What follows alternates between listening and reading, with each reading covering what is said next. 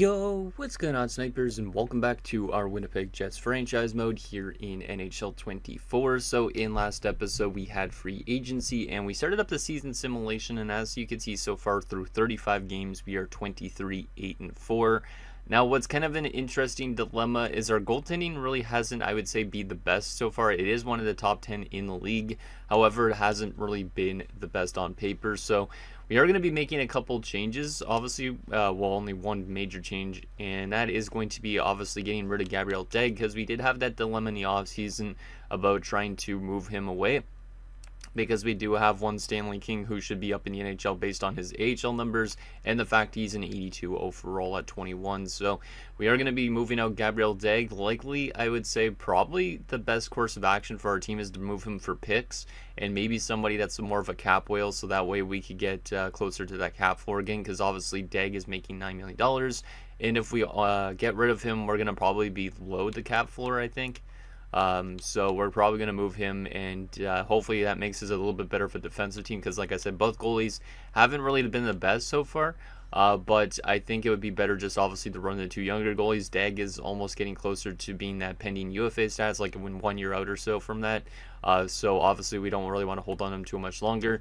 He did play good during the seasons he's won himself. I think it was a Jennings. He never won a Vezina, I think, yet with this team, but he did obviously win a Stanley Cup in 2031 with some really good numbers. But you can see his playoff numbers in general just really haven't been that good other than that 1 year. So we're definitely going to try and get rid of him, and that will give us more cap space as well for like the off season and all that stuff when we get to that point, and also maybe potentially bringing in some good faces. But from an offensive standpoint, this team's been very, very solid. As you can see, through 35 games we already have 220 goal scorers, we have 4 guys above 10 goals, and then we have a bunch of guys on 10 plus goals too. So who knows how good this team is going to finish, but I think we're definitely a playoff team, obviously. But I'm just going to be interested to see what the goaltending does once we get rid of Degg, and then we have young King in the lineup with Scarlett instead, because Scarlett hasn't been the best so far. He's got a really good record, but his 894 is a little bit bad. Maybe he's going to be better once he actually has that starting job. So let's go and see if we can make a trade with Gabriel Degg to start this episode. But I do actually have to get to the one comment first before we actually go to look to do that deal. So that comment is from Sound Otaku. It says, time to bring up King and move Degg while he still has some value. Not sure what you could get for him, because his contract is quite a bit higher than what his qualifying offer was in the offseason. On the defensive side, it's also probably time to scratch Scarlett and put in Bishop in full-time on the top 6 defensive pairing. Which I agree. I think Scarlett really has been pretty bad this season. The only problem is Scarlett's listed as a top 6 defenseman at the moment. Meanwhile, Bishop's listed as a depth defenseman. So from what I'm thinking we end up doing is we might actually have to trade Scarlett as well. But I'm not too sure if I want to do that. But he has been very abysmal so far. Minus 12 through 35 games. Let's take him out of the line just to get Bishop in the lineup for now. But yeah, as you can see here with Scarlett, he's listed as a top 6 defenseman. So if he's scratched, he's going to complain about his ice time, which is something I'm not really liking. We do also have a bunch of defensemen in the AHL who could be back here, up here as a depth defenseman instead. So guys like Lassi Rantanen, he's actually listed as a top 6 as well, so probably not him. But somebody like Thomas Nordstrom could come back up as a depth defenseman, because he was up here for a tiny bit during our cup winning season. As you can see, he played 9 playoff games when there was an injury. He was a +3. So I think since he's 25 as well, I'm probably going to end up calling him up, and then we're probably going to try and trade away Scarlett, because I think Scarlett, his value is going to just start dropping off, because I don't think he's going to be a top 4 defenseman at this rate. He's going to be more used as a top 6 for some of these teams. So does he go through waivers? He doesn't. So we could technically give him an AHL conditioning stint. That's an interesting dilemma. Yeah, maybe I'll give him a conditioning stint in the AHL. I think that's actually an interesting move for our team to make. That will maybe help us defensively. So even though it might make him a little bit sad to go down to the AHL, it gives him a little conditioning stint since he doesn't have the waivers. And then we call up somebody that's more veteran-based in Thomas Nordstrom, who will be happy just to be a depth defenseman in the NHL. So let's go back to edit AHL lines and NHL lines. I don't think we're going to have to make any adjustments, but yeah, so our AHL defensive core is still going to be super strong. We're going to put Scarlett in that exact spot. I don't think that's actually a -3 though, is it? No, it's not. Okay, but we will put him to the top pairing with Rantanen, because obviously those guys are our best defenders down there now. And yeah, there we go. So we basically have the exact same type of team now on paper, on terms of defensive play, but we did just make a little bit of a decision to make Scarlett more of a AHL defenseman for now, just to give him a conditioning stint and see if he could prove himself to get called back up for when we get to playoff time. Because I don't know if I want to deal him away just yet, so I think this is a good move for our team. Also, one thing that I'm going to potentially change up is moving Groshek to the top line and Irving down, because Groshek's been better than Irving, so that's another small adjustment that we're going to make just to see if that helps out anything at all. And like I said, then we're also going to trade away Dag and call up Kings. So let's try if we could find ourselves a deal for Mr. Gabriel Dag. I don't really know what we're going to be able to get for him. I think, like I said, I might try and take back somebody on a bad salary for 1 year, and then also see if I could get a first-round pick out of it because of that. So what teams are interested in Gabriel Dag here? This is going to be kind of tough because we might have to retain salary, which I guess I'm okay with retaining salary because we do have a lot of cap space. So yeah, let's retain 50%. This should give us an easy chance to get that first-round pick from some of these teams because a lot of teams like it when you retain. So we'll retain 50% of this contract, which obviously is a lot of money to retain, but that will make it a bit more flexible for a lot of these other teams, and they might be willing to give around their first round pick if we do that. So I think that's a good thing for us to do. So Anaheim would still be over the cap. I'm trying to see if there's any team that would actually be cap compliant. Not a lot of teams that actually are interested in Dag during this season so far. It's only really Anaheim, it seems like. New Jersey is as well. We'd have to bring in some more salary though, I think. The Rangers would be under the cap. Okay, so we technically don't need to retain on the Rangers, but if I want to get a first-round pick of theirs for next year or something like that, maybe that's the move. They aren't doing too well so far, so they wouldn't want to move their first-rounder for this year. Obviously, I think that would make no sense, obviously, if they trade away their first-rounder for this year. We'd be under the minimum cap, retaining 4.5. So technically, if we want, we can make a deal with New Jersey and bring in more cap. How much more cap would we have to bring in? That's an interesting one. I guess we would have to take back, like, let me just go through, like, the Rangers here. If we wanted their first rounder, or a first rounder of theirs, we'd have to take in somebody that's like a cap whale. So if we go through here, they have a lot of unsigned players. We'd have to probably take in somebody, like, let me just actually sort by the amount of money that they're making. Not Glass for sure. I guess it would have to be somebody like Lindstrom, because he's 34, making 1.9. Would that help us over the cap? No, it wouldn't. Damn, we might actually have to take back a player that's making a good amount. Somebody like Dvorak was last year. So I don't think we're going to be able to make a deal with the Rangers, to be honest, just because of the fact that they aren't doing well this season. Makes me think that it doesn't make sense for them to move a future first-round pick either. So I'm not going to make a deal with them. Tampa's also interested. They are also doing very terribly, though, at the moment. 9-23-3. It's crazy. They still have Sergachev and Point and all that stuff, but they don't want to get rid of their first rounder this year, obviously. Next year would kind of not make sense either for them to get rid of their first. They'd have too many goalies. Yeah, I don't know if they would want to give up their first, but we could definitely try it. I think we might have to get second rounders, but if I'm retaining, I want to see if I could get a first rounder. So we'd have to take back another goalie, which is okay because we could obviously send this guy to the AHL and then King could come up. So we probably would take in somebody like, I guess, Jet Greaves? Yeah, I guess Jet Greaves, or it would be Saros who we'd take in, but Saros has that 2 years left, which I don't like. We'd be still under the minimum cap. Jesus Christ, man.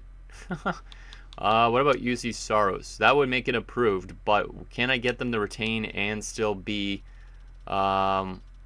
maybe still be in the cap situation that I am? Would I be below cap at that point? Let me see. I want to get them to retain maybe if I can, but I don't know if I will be able to.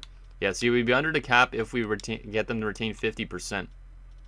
If we go down to 45, we still will not have enough cap space. If we go down to 40, we'd be still under the minimum cap. 35. Oh, I guess actually this is making it worse. So even if we get them to retain half of it, we would still not have enough. We'd have to basically take on Saros for 2 years at that 4.59, which I'm not really liking, so I don't think that's going to work out really that well to take in Saros. Greaves, I don't think would even help us cap-wise. We'd still be under the minimum cap. We might have to make a deal with another team instead. This is kind of frustrating how close we are to the lower cap hit. Like, you'd think our team would obviously be a higher cap hit team with how good they look on paper, but we're a low cap hit team. So let's see who else is interested in Vegas. Okay, Vegas might be a team that we could get their first rounder from, because they're kind of like 500-ish. And then obviously, like I said, we need to take in some more cap. We need to take in like another $3-4 million, which is not great. So let's see if we can find somebody on their team that fits that bill. Lindgren is on the block, but I'm not taking in Ryan Lindgren. I mean, he could be a guy that just is a depth defenseman for us, but the fact that he's 2 years out from being a free agent is not what I'd like to see. All these other guys aren't making that much money. He'd be the only one that would make sense on Vegas, but I don't like his contract. What about goalie-wise? No. Wow, they're actually a pretty cheap team, salary-wise. Interesting. So I guess that won't work with Vegas. Anaheim, let's go back to you. You're doing actually really good this season, so I would prefer to get yours. Actually, wait, yeah, your first round pick for next year probably won't be worth that much either. But I will try and get your first rounder. I will try and get also your second rounder for next year. So this might be a risk, but then we also need, wait, Anaheim would be over the maximum salary cap, so if we retained, that's even with us retaining 4.5, so we definitely need to still take in a cap whale who's making $3 million to get them cap compliant. So Anaheim might not work either. But let's see who's making a lot of money on this team that would be worth moving into our roster. Tyson Jost, no thank you. Shea Theodore's back in Anaheim at $2 million. I mean, he could be that depth defenseman that we basically just called up, but I don't really know. That doesn't probably help us that much, right? Anaheim would still be over the cap with that. So, yeah, that doesn't work really with Anaheim. I don't think that's going to work at all with them. I don't know if there's really a deal that we could do with Dag, which is kind of frustrating. I'm going to take a look at the teams that don't want him to. Maybe that could help us out. New Jersey's not doing well this season. They are also over the cap, so they're probably looking to drop some guys that are making a lot of money. Let's see, their first rounder for next year. And let's also see if I could get like a second or third for next year as well. They'd obviously be over the salary cap, but only by a couple $1 million, so they might be the most flexible in terms of teams we could deal with here. So, because they got a lot of cap hit. So, Timo Meier on 1 year left is not something I'm needing. Miles Wood on 1 year left is the exact same type of thing as what Dvorak was. This should make us cap compliant and also help them in terms of cap compliancy. New Jersey would be over the cap still? Really? It's only by a couple $100,000. Okay, we could find a way to get this to work. We could definitely find a way to get this to work here. Watch, they're gonna be a much better team next year. Considering they won I think they won a Stanley Cup in the series, right? Yeah, because they won with Perfetti. So after losing Perfetti, they have fallen off a decent amount, which is interesting. Lauzon, I guess I could take him in for the AHL. Somebody like that for the AHL would be okay. Nuusalainen. This McLean guy would be okay. McLennan guy, actually. Bo McLennan, 24 years of age. Yeah, he could be decent too, but he gets into that logjam of defenseman that we currently have. I guess we'll just take in Lauzon. Yeah, this could work. This could work. I think this is probably what we're going to end up doing. So basically, we're helping the Devils with their cap relief. And we get basically their first rounder for next year, because I don't think they're going to move their first rounder for this year at this point. We get a second rounder for next year as well. We get basically a lot of cap relief from their team as well. So we're helping their team out cap-wise in a way to be more cap compliant. They get themselves a good goaltender. We get ourselves a first round pick. Who knows what it could be. But I think this is a good move for our team. So this is what I'm going to throw an offer at them to. If it doesn't get accepted, I could always throw maybe one of our picks into this deal as well to kind of sweeten it a little bit. considering we're getting a first and a second, but let's see if this works. Hey, okay. Okay, it doesn't get accepted, so there you go. Gabriel Dag is off to the New Jersey Devils, and we basically bring in some cap whales just to kind of help them out a little bit. King will come up to the NHL, and let me just make sure Lauzon and stuff gets sent down. I don't want Lauzon up here. Who got sent down? Nobody got sent down. Interesting. Forward-wise, at least. Gotta make sure my entire roster is still up here. Oh, it's because we have injury troubles at the moment. So I probably will keep Wood up here. I actually might send Rafalski down to the minors. I don't know if I could send him down while he's injured, though. And then we'll use Miles Wood as a depth forward instead, just because of his cap hit. Injured players can't be part of the transactions. Yeah, so I can't send down Rafalski yet, but after Rafalski comes back, I'll likely send him down instead of Wood. So we'll send down Lauzon right now. And then I think we should be good. Let's just go edit lines here. I don't want to go best lines because our lines have been pretty solid this season. So let's go back here to defense. Make sure everything's nice and set up good here. Goaltending, just obviously we need to get Stanley King in. Should be nice to get him into the lineup. And then Grant will have to play with some random generated guy in Ernesto Ribeiro, who was a former pick of the Avs. Okay. So that's who they signed us to replace him. Perfect. Okay, that's all good and ready to go. And yeah, once Eberle returns, or Rafalski returns, we send down, we'll probably send down Rafalski, though, once he returns for sure. Because I think Miles Wood is a depth forward. He's not the best player, obviously, on paper.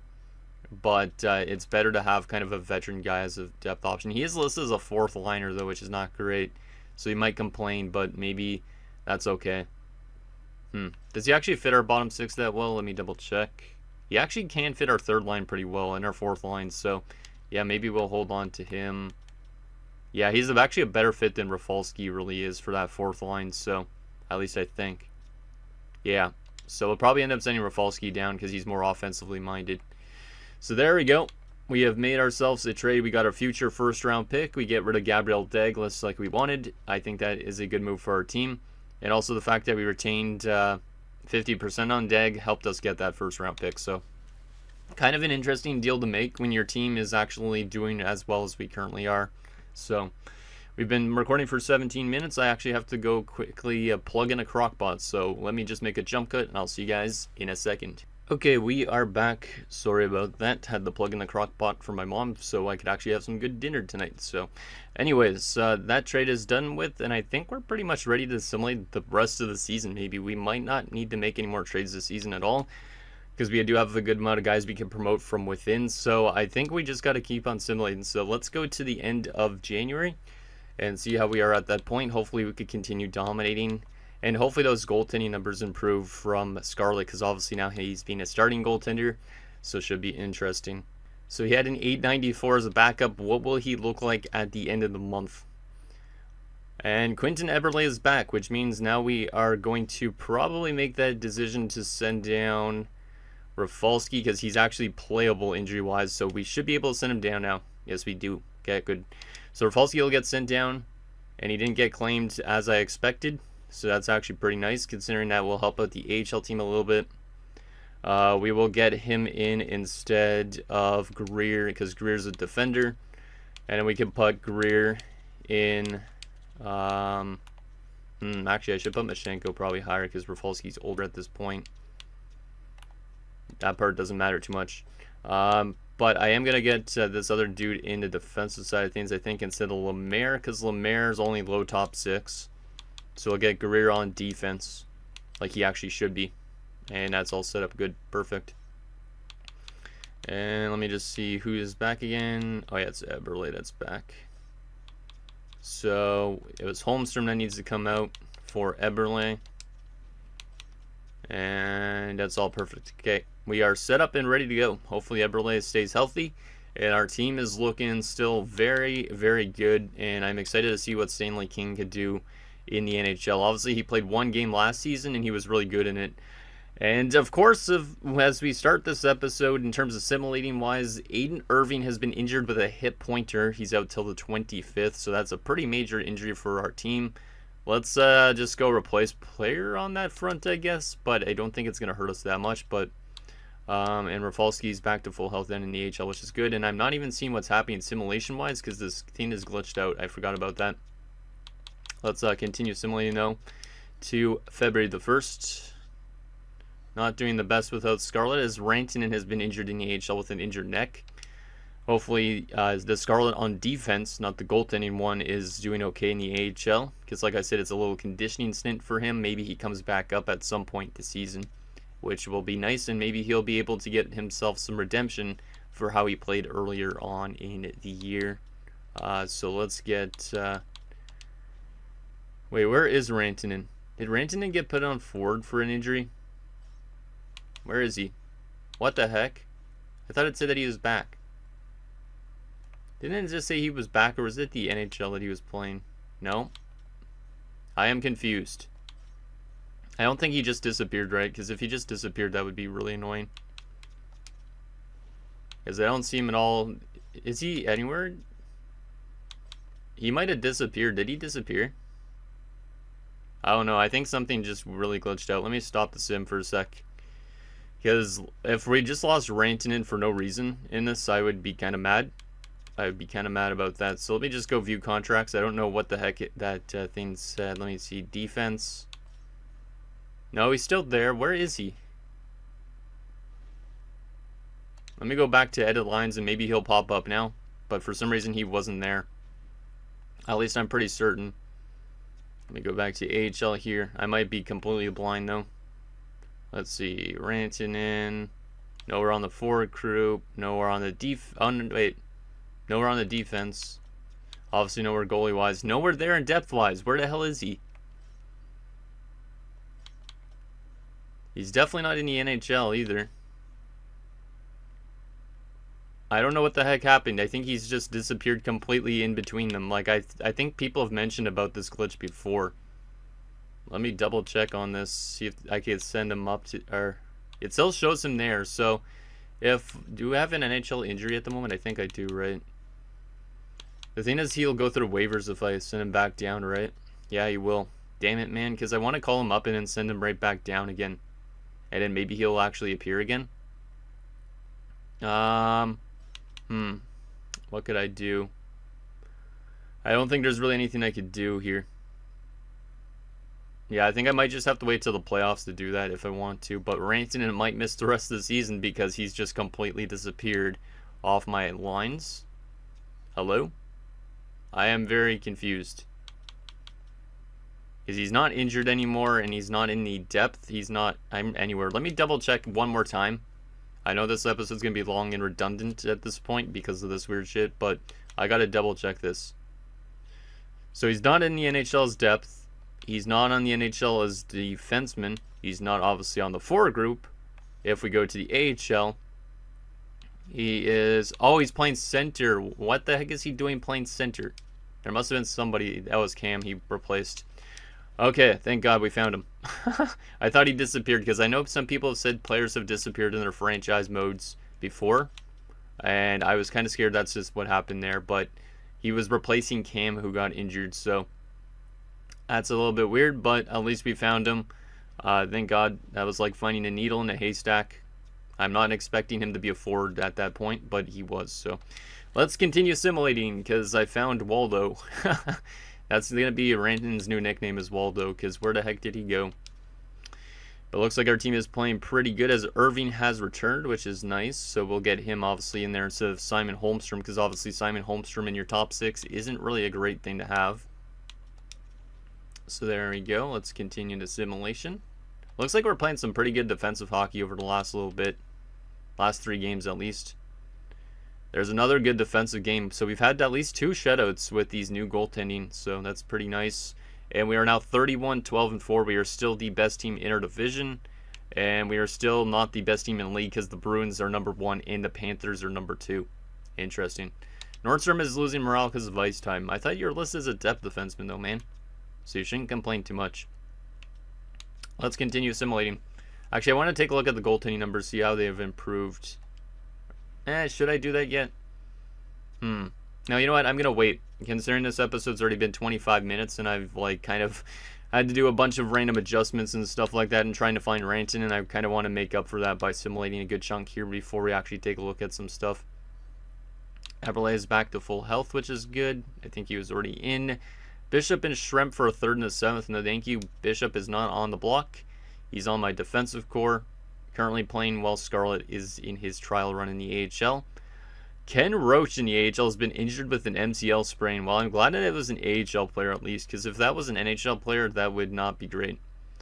Not trying to trade Bishop, but thank you though, Vancouver. I appreciate you trying to go for some of my defenders. Matsumoto and McGillis for Rupe, Hintz, Visainen, and Graham, who we used to actually have. That was one of our former prospects, I'm pretty sure. No, thank you. No, thank you. 8-6 loss to Tampa. That's not a great defensive game, but Tampa might be... Actually, no, Tampa wasn't doing good this season when we were last looking. They have found out their record a little bit better. They're closer to being 500 than they were before, but damn. That's kind of nuts. Okay, so we're at March the 1st now. Stankoven's on 83 points, and we're probably still one of the best offensive teams in the league. We are actually now the best team in the NHL, just above the Bruins and Panthers. We played the same amount of games as Bruins and less games than the Panthers, so we're in a really good spot that I don't think we're going to need to make much upgrades if we do anything. Let me take a look at where we're sitting offensively and defensively. We're number 1 in the NHL, which might be a good thing, might not be. We're the best offensive team in the NHL by quite a large margin, by 11 goals. Goals against wise, our defense has improved since sending in Scarlett and since also getting rid of Gabriel Dag, so that's good. Our power play is still one of the best in the league, and our penalty kill has improved a bit too, I think. And yeah, our penalty kill improved a lot actually, because I think it was near the bottom when we last looked. So I think we're going to just continue assimilating. We're not going to make any moves because everything that we wanted to have improve has improved. Defense and goaltending. So I think we just got to continue simulating at this point, and we're not going to probably make any deals this season other than that Dag deal we just made earlier. So let's simulate all the way to a day before the deadline. And yeah, it looks pretty good for this team, which is nice. I just don't like that Nordstrom's losing Morales. Rantanen has been injured again in the AHL, so Rantanen going through a little bit of troubles. But I don't like that Nordstrom's kind of complaining a bit. He's listed as a depth defenseman, so he should be okay. But still. 41, 15, and 4. Let's go into this trade deadline. I'm going to still take a look and see if there's anything interesting, but there's a good chance we're not going to make any moves. I just want to see what there is out there. Definitely don't like that Sanderson contract at the moment. I wouldn't sign him to that. I mean, he's a great defender, but I wouldn't obviously have that guy added to my team. Morgan Frost on 1 year left. Not really what I need. Coronado. Yeah, see, like a lot of these guys are something I actually really need on my roster. Like, we have very good depth already. Like, Simon Edvidson would be great for the defensive core, but he's not really somebody we need drastically. So, I think we're going to keep the team the exact same. Yeah, we're going to keep the team the exact same. Let's see if there's any blockbuster deals that pop up here. We did beat New Jersey a day before the deadline, so we're on a 3-game winning streak. There was one big trade at least. Buffalo acquires Enquist, Liam Kirk, and I think that's Zach Jones for a first-rounder and a guy named Blum. Okay. There's also a first-rounder, Smithson and Hunwick, going to Philadelphia from St. Louis for Kalen Addison, and I think it's like Jurgen Meyerberg, but I don't really know. Ottawa also gets a first-round pick, Rowe and Campagna for Batherson, Romanov, and Jorian Donovan. That's an interesting one. And those are your 3 blockbuster trades. Okay. Let's actually take a look at the other trades that happened. Maybe Gabriel Day got moved again. My guess is probably not.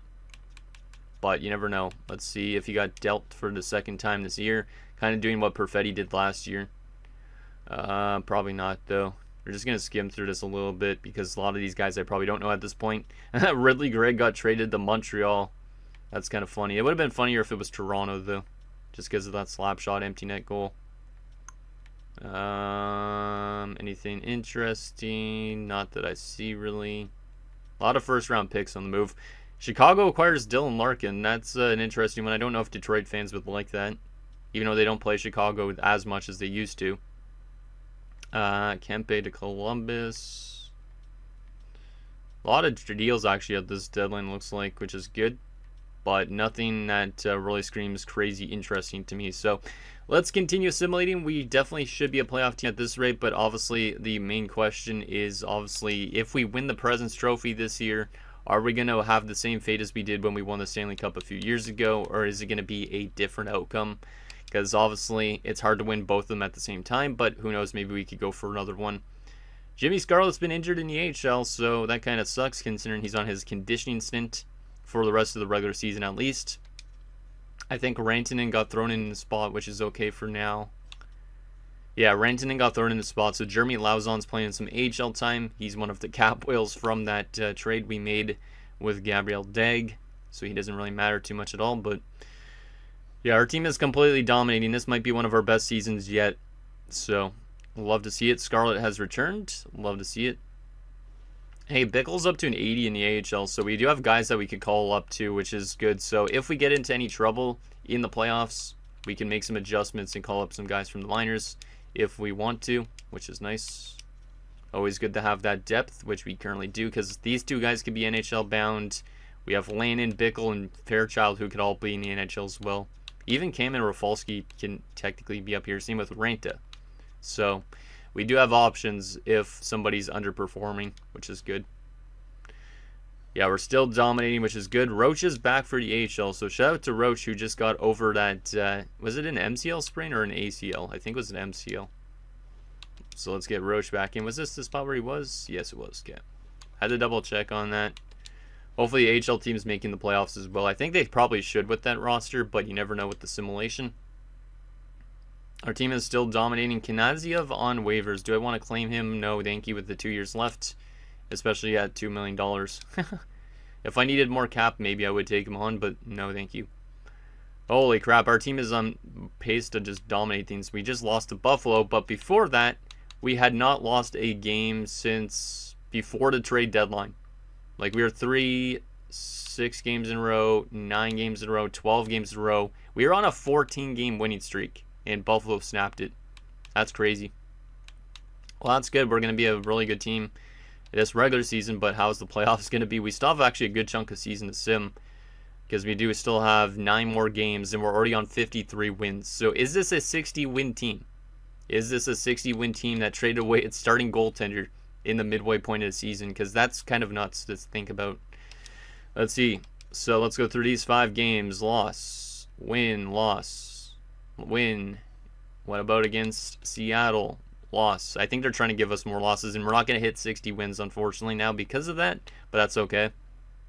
We have 4 games left, and it looks like we are likely going to be winning the President's Trophy unless Boston is able to pass by us in these last 4 games.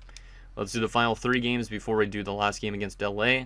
Shootout loss, 7-2 win, 5-2 win, and I think we have clinched the President's Trophy. Yes, we have.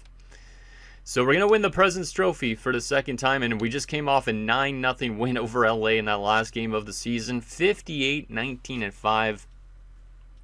What a crazy year for this team. I don't think it was actually technically our best season on paper, because didn't we have a season with where we had like 123 points? This was 121 points. Regardless, our team's been dominating the last few years, which is awesome to see that we've come this far and this quickly. Logan Stankoven had 106 points this year. I don't think he's a pending free agent, but let me double check on that. Oh, he is. Oh, no. I didn't realize that. Well, Stankoven might be gone in the offseason. He's been a great player, but I don't know if he's going to, his contract inflation is going to be nuts. So there's a good chance we might lose him this offseason, but at least we have him for one more playoff run, which is probably going to result in a first-round exit, but you never know. But let's take a look at team stats and player stats for this year, and obviously see who we're going up against in round 1. So yeah, we were the best team in the NHL by 5 points, and then after that, the next closest had 110. We were one of only 7 teams above 100 points this year. We completely dominated in terms of that.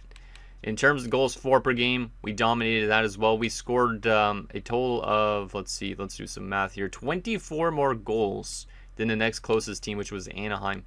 So our offense completely cooked. Our defense was the 3rd best in the NHL, only behind Montreal and Boston. Power play percentage was up there at number 5. Pretty good. And our penalty kill drastically improved since the start of the season, because it was one of the worst at one point, I think. Now it's up to 84.1%, which is 4th best, behind only Florida, Boston, and Montreal. We scored 8 shorthanded goals, 31-8-2 on home ice, 27-11-3 on the road, 5-4-1 in our last 10 games, because I think the sim engine wanted to kind of slow us down a little bit based on how good we were playing, especially in that 14-game winning streak. Let's take a look at these player stats now.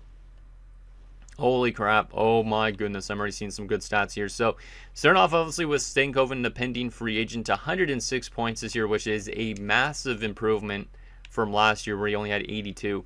So, shout out to Stankoven. Really good numbers. Michael Meeson, 98 points. That's really good as well from him. How much years does he have left? 4 more seasons. Okay, that's good. But that's a really good season from him. His best hole in a few years. Lucius on 83 points, really good season from him as per usual. Luke Meeson, 81 points as a third liner and power play guy. That's really nice. And then Kurt Goldman, he should hopefully generate into being a good third line center for next season, which means maybe we have some adjustments to make. Obviously, that's kind of good that he's going to be jumping up potentially because Stankoven might be leaving. But 23 points in his rookie season from Goldman and a +6 is not too bad. How about his face-off percentage? 47.3, so it improved, because I think early in the season it was like 44%. So good to see that on Goldman. Left wing wise, Groshek on 98 points is amazing. 47 goals. This guy has turned out to be an absolute stud of a late round pick. Love to see it. He's still never hit 50 goals, but he is very close to being a 50 goal guy. Probably next season he hits 50 goals at this rate, but that's a massive improvement from last year. Shout out to Groshek. Miles Wood didn't play any games with us really that much, right? Oh, he actually did play 46 games. I completely forgot he was actually on our 4th line. That's interesting. 9 points in 46 games. Not bad in +5. So I don't mind that, considering we brought him in more as a cap oil. Eberle actually was scratched. I meant to put him back in over Wood, but Wood did okay. We will probably put Eberle back in for the playoffs, though, because that's not great. Enroth on 16 points is pretty solid. Eberle had 6 points in 26 games. He'll probably go back in for the playoffs, though, because Miles Wood, I mean, he's a better fit probably for that 4th line, but I would probably prefer the younger guy in the lineup.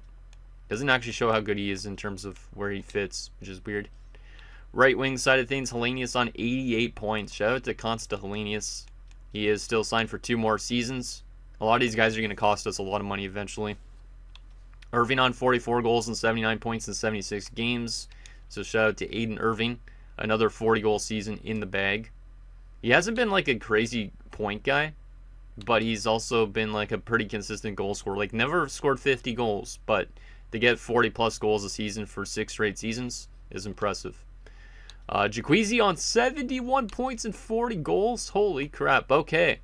Well, we're going to have to make some interesting adjustments maybe at some point. Not this season, obviously, but next season. Because Jaquezie, his offense came out of nowhere. This guy doesn't even have that good of shooting, yet he was able to pick up 40 goals on a third line and also on the power play.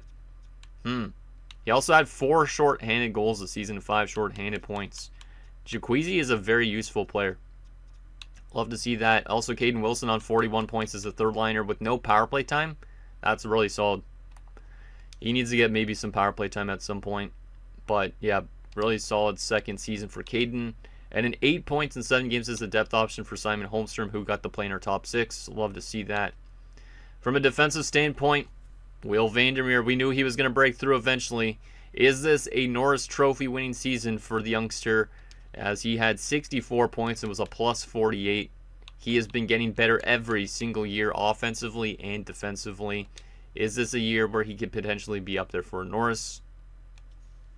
That's a really good year from him. Cairo on 57 points and a +36 is also pretty good. He's a pending free agent too, so we might have to lose him because Vandermeer is our number 1 guy now. Louis Ver on 22 points +42 is nice. Vernarski on 19 points +13. We had Palin on 18 points and a +44. And then Bishop on 11 points +22 through 49 games. So we got some very good offense from our back end. And like we have 4 defenders that are +36 or better, which is awesome. Goaltending wise, Logan Scarlett and Stanley King looking good. Scarlett was not doing too well as the backup. He gets a chance to be the starting guy, and he picks up 5 shutouts, a .915 save percentage, and a 2.66. And then you had Stanley King on a 10-5 record with a .905 and a 2.86, which was better than when Scarlett was as a backup. So this is a good combination right now. Obviously, I don't know if Gabriel Daig's numbers would have improved drastically as well if he would have stayed here, but he wasn't doing too well at the beginning of the season, and I don't know how his numbers changed in New Jersey. We'll definitely take a look at that. New Jersey was a worse team than us, so it might be a little bit weird. But let's take a look at some player stats around the league. The best point getter, Patrick Laine with 127. Shout out to him. Austin Matthews at 119. Kent Johnson on 114. Marner at 111. And Roy Motto at 110. A lot of 100-point guys this season. Best goal scorer in the league was Austin Matthews on 63. Interesting, Grosek was top 10 in goal scoring. You can see him there on the bottom of the list. Not too bad. Obviously, with Matthews still playing, that's going to hurt his chances of maybe winning a Richard early on here. But once like him, Laine, Kyle Connor retire, then that should open the floodgates for Grosek to maybe get himself a Richard. And then we want to take a look at Selke candidates. I actually want to go to shorthanded points here. Okay, never mind. Jacquezie wasn't the best shorthanded point getter. It was Thompson. But he was the best shorthanded goal scorer with Lowe. Nice. Let's take a look at Selke candidates here. So the most takeaways and good face-off percentage, you're looking at Fantilli and Stützle. Probably Stützle, though, because of the 56%. In terms of fights for fun, it's Gavin Weeks, who's only 19 years old with the St. Louis Blues. He fought a lot more than anybody else. Okay. Defensively, best defenseman for points was Makar with 82 points in 82 games. But if you're looking at plus minuses in all-around play, I mean, Vandermeer was probably one of the best. But Charlie McAvoy, technically, was also really good, too. And then you also had Minyukov, who was really good, too. So I don't think he's going to win a Norris this year. But if you're looking from all-around defensive play, like plus minus and offense, I think you'd lean towards more of these type of guys down here. But they still could give it to, like, Cale Makar because he's only a -3 compared to Adam Fox's -13. And then there's almost a 10-point drop-off to Quinn Hughes. So, I don't know. It's probably not going to go to Vandermeer, but Vandermeer is definitely going to win a Norris at some point, I think. Goaltending-wise, Hunter Jones on 42 wins. Okay. Most shutouts by a starter, Vorobiev with 6. Logan Scarlett was up there, and he played like the least amount of games. Best save percentage by a starter was Swayman with a .916, Scarlett right behind him with a .915, but Swayman played 63 games to Scarlett's 53. And then the goals against average wise, it's Swayman with a 2.62 compared to Scarlett's 2.66. So I think because of the fact that we traded Daig away a little bit late, Scarlett won't win a Vezina, unfortunately, but still, it came close, which is awesome. Any goalie goals this season? No goalie goals. Most assists by a goalie was Lacerte with 5. Best rookie of the season, LeBeau with 43, Nylander with 39, Legacy with 37, so a couple of guys from Vegas, and Over, and that's pretty much that. Gavin Weeks was a rookie this year, and he had that much amount of fights. Wow, most of his penalty minutes were actually fights. That's kind of nuts. Okay, so we have made it back to the playoffs, obviously, but the question now is, like, how long are we going to be a playoff team for? Because, obviously, like I said, we won a President's Trophy and a Cup before, but can we do it more than once? I don't really know. That's going to be the question mark. Like, we could easily be a first-round exit just because the game wants us to. We're going to be taking on Vegas, who went 41, 36-5. They're 8-2 in their last 10 games going into the playoffs. So they should be maybe more of a cheese team. Let's take a look at what they did good at compared to us. Obviously, we're going to have home ice advantage this entire playoff run, which is nice. But let's go to the Western Conference here. Yeah, so they're 8-seeded team. They had only 87 points compared to our 121. They scored way less goals. They allowed more goals. Their power play percentage was actually pretty decent, but not as good as ours. And their penalty kill was not super great. They did score more short-handed goals than us. They're okay on home ice and okay on the road too, but 8-2 in their last 10 games. They could end up being a cheese team, or they could actually be a lot better than they actually look based on that record. Let's take a look at what Vegas is looking like, and then hopefully next episode we can find a way to beat them and maybe get ourselves a chance for another Stanley Cup. Also, I will take a quick look at our AHL stats because I'm curious if we should make any call-ups for the start of the playoffs or not. Like if we should give the defenseman Scarlett a chance. So here's Vegas. Kent Bachman, who's 21 years of age, with Jack Eichel, who's playing at 36 still, and Dylan Dubé. So pretty solid first line. Second line, Kuzmenko, Oberg, and Bieksa. Third line, Legacy, Heinonen? Yeah, Heinonen, Alexiev. And a fourth line at Tierney, Sorelli, and Anderson Dolan. Down the middle, they're actually pretty good. On the wing-wise, obviously a little bit weak here, especially on the right side. But still, it's not the worst team I've ever seen, but it is definitely full of veteran players mostly. With a couple younger guys too. So that's interesting.